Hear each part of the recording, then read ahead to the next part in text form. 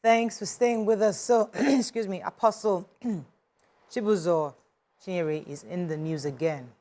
And the reason why we're talking about him again is because Deborah, if you recall, the young girl from the Garri College of Education, Sokoto State, who was stoned sometime last year, but was May 12, 2022. Deborah, a female student at that university, was killed by Islamic extremists. And after that incident, Pastor Chibuzor relocated her family to Port Harcourt. They were originally from Niger State, where they had their own family system. He moved them to Port Harcourt, and according to the report that we have, he had actually provided them a deed of a house. He was saying that they can live in one of their the estates owned by his church, which is OPM. That's what they thought. They offered them a new life. He offered to place them in one of the OPM's free estates where they wouldn't have to pay rent at all. But recently, the family came forward to say that their landlord is asking them for rent, and they were also saying that they were abandoned by the church, although they did acknowledge that their children do attend the free school, which is provided by the OPM. And in the beginning, they had that support, but unfortunately, it faded off after a while. And they're now asking to go back to Niger State, where they do have a support system. But the conversation is bringing up different angles. Some are saying that, must we begin to regulate helping benevolence? How do we ensure that when somebody offers to help, how do we monitor the help all the way and ensure that it's done a certain way? That's one. Secondly, it's been 11 months of some kind of empowerment. I think he got them a car, he got them a house. You would think that in 11 months, somebody who's been giving you something free would expect that you're also able to, provide for yourself or keep yourself somehow. In different ways, how do we help people without it coming right back to bite us? Because that's what this is looking like. We discussed this, I think, last week with the young men who went to, is it Turkey, or they went to Turkey? Greece. They went to Greece. Sorry? Greece. They went to Greece. Was it Greece? Cyprus. Cyprus. Yes, they were in Cyprus, actually. And then and those young guys had to, they complained that they were also, quote unquote, abandoned. So what are your thoughts on this? How do we fix this and ensure that it doesn't happen again? First of all, when I watched the video, he showed them 14 apartments and he gave them deeds that they are now landlords and they will be collecting rent. Hey. So that was empowering. If you watch it, that was empowering. So you would have thought he was empowering them, but I guess it wasn't true. They did not own the houses and they could not collect rent. So he was not really empowering them. I believe that if you are going to help somebody, help them, go all out and help them. And if it has passed your power, please, it has passed my power, I can't help you again. I'm now beginning, the trend of him helping people and then he falls, has something happened to him? Is he coming into some... But is it that we Nigerians are just so entitled that once you help me, I want you to be there for me forever and ever? Is that possible? Can you help somebody forever? No, but remember, he gave them deeds that you are the owner of this house now. So that is already not help now. That is not helping. That is based on deceit. You are lying to people. That's not helping. So I think maybe somebody should write a book on the art of helping people efficiently, so that you know the boundaries of whatever help you want to give. And why are you always the one in a hurry to help? What is wrong? Is there something wrong with your psyche? I'm a good man. I want to help people. Dangote is a good man. No, he's not. He's a businessman. No, he's not a philanthropist. He's not a businessman. We can define. There are ways that you do these things. You must have systems in place that would help you. And you don't help in the extreme. So you lifted this family away again from their hometown. You could have found a kind of help within that place that would give them that means of livelihood to sustain them for a bit. You lifted them again to another place and abandoned them. The same boys you lifted from one place to another, and then you leave them stranded. I don't want us to use the word abandon, because these people say that the school, they're not paying for school fees. They're not paying for school fees. Their children are going to free school fees. So it's not really abandoned. The church was there for them, but maybe they also expect them to do something. Sustain it. Yeah, sustainability could be what we can say. So first of all, I think let's discuss the gift itself. Yeah. Was there some deceit in it? which is I have given you a deed of a house, and you're now landlords, and you can collect rent. So you've given people the gift they think they are collecting is also a source of livelihood. So and if that is the case, it means that I don't need to go out to look for a job. I now have a source of livelihood. I have a job. I'm a landlord. Yeah. I collect rent. And so my day-to-day living, I will be able to handle it. And then if that comes, if that's your belief, if that's what was communicated to you, and then you find out a year or 2 years later that that's not the case, that means you have taken away the possibility of me working.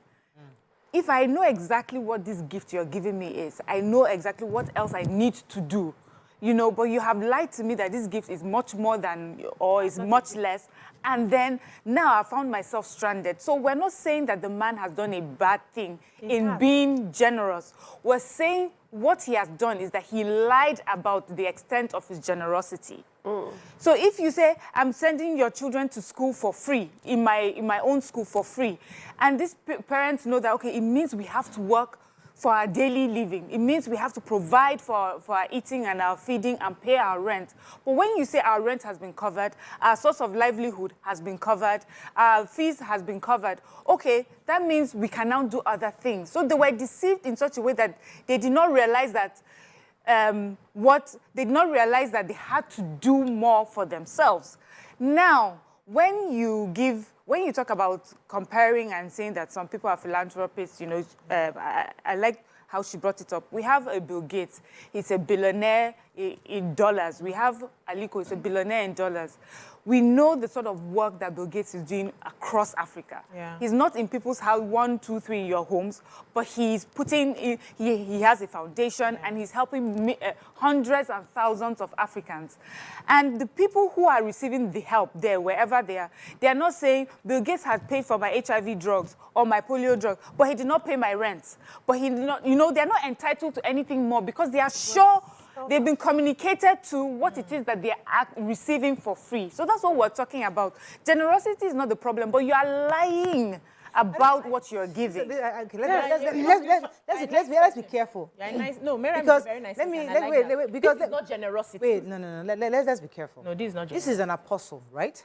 Now, a lot of these Bill Gates guys, they put systems in place where I'm alleging, where you put a system in place and maybe corrupt Africans take 90% of the money, and the real work that Bill Gates wants to do to Africa, they only get maybe 5% of it. This is a man who's actually presiding over people he can see and can help directly. You don't need a system to pay you 5% of 100% of what I'm doing. So he's an apostle.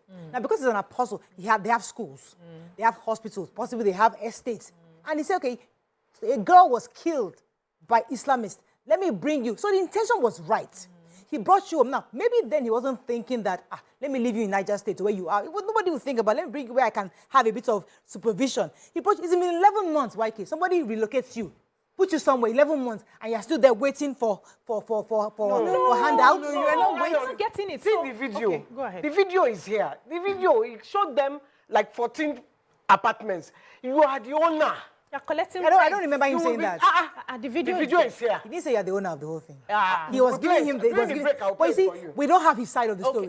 Right? So we're going by this one side. Yes? Yes. We don't have, we're not spoken to him. The video side. We've not heard him say because yes, the video side. So Mariah, let me break something down to you. To be generous is not to be I don't know, I can't get the word I want to use right now, but the thing is, you cannot be generous and be deceitful, and you say you have a good intention. We cannot see your intention. We don't know your heart. That's why God says, do not judge because you don't know the motive. We are assuming that because he lifted them at the time of trouble, that his motive was to help them. It may not be. Because it's the results. They say, by the fruit you shall know them. It's the result of the action along the way that will make us now start speculating what could be the motive. And if for every good that you receive, and people are sitting there asking, what is the motive of this? That means you have missed it. So we don't They're know. Not paying school fees, though. No, hold on. Talk to that part. They're not paying school fees. Hold on. The motive could also be that I just want to do this so that people will see that I am doing, but I have no intentions. Do you know it's possible? Because you cannot give something you don't have. He gave something he didn't have. A house have belonged to somebody else. He presented it to these people, told them they can collect rent for the house. He didn't have it. He took those boys there. He didn't have the capacity to finish it. He could have done the help in such a way that it will not be overwhelming at any point in time, with the little resources, and then you spell it out. This is to the level I'm going to get you to, and then from here you can pick up. So you're not sitting down, your life has been altered, and then you start complaining that, brother, what you promise is not what you're giving. And people are saying you're entitled. Okay. There's a difference. So where I agree with you is that there is no system to ensure that our benevolence is well, there's a system around this benevolence. There's not, that didn't happen. This is just one person that woke up and said, let me see, how can I help this family that just lost their child? Let me see what I can do. If I send you money in Niger State, I don't even know if they're going to use the money appropriately. Let me bring you to my own area, and get you a place. Not lie to you. It's possible. I don't want to believe he's an apostle, for heaven's sake. How would you think he would lie? He would intentionally lie. Okay. I don't human beings. I don't expect him to lie. I don't want to believe he would intentionally lie. I think the idea was to bring. Listen, you have to understand who we're talking about. Let's give him the benefit of that doubt. No, let's give you perspective. Maybe we should. You know, let me tell you. Sorry, Miriam, when you did the one about the Cyprus kids, I felt, you know, if you didn't help, find your way. You're in Europe, you can go and get jobs. You don't. But this one, he don't pass himself. So I hope it's not that he's collecting money from people. Nobody's talking to the fact that they're not collecting school, they're not paying school fees. Their children are going to school for free. Does that happen in Lagos? Can you go to school for free in Port Harcourt? Did they come yes, to there's him? free school in Lagos. No, really. The point I'm trying to make is that him or he came to them. Did they come to beg him or he came to help them? Should have just stayed in his house. Honestly, it would have been better for everybody because Nigerians will say with philanthropies don't help people. No, that's not what we're saying. Mariah, let's not philanthropists. Sorry, Miriam again. It's okay. True philanthropists, they don't boast about what they do. You do they it gradually. This one, you go to the TV. I have given you all these houses. You will not collect rent again. And then you don't do it. That's not a philanthropist. That's a liar. See, if I say to you, your children are going to school for free, and then you find out that they were sent out of school because they did not pay fees, would that not bother you? Would you now... Okay, let me give it to you. Please. Exactly. Okay. Mariah, your children will go to this school. They will not pay fees. And then you have decided, good, fees are sorted.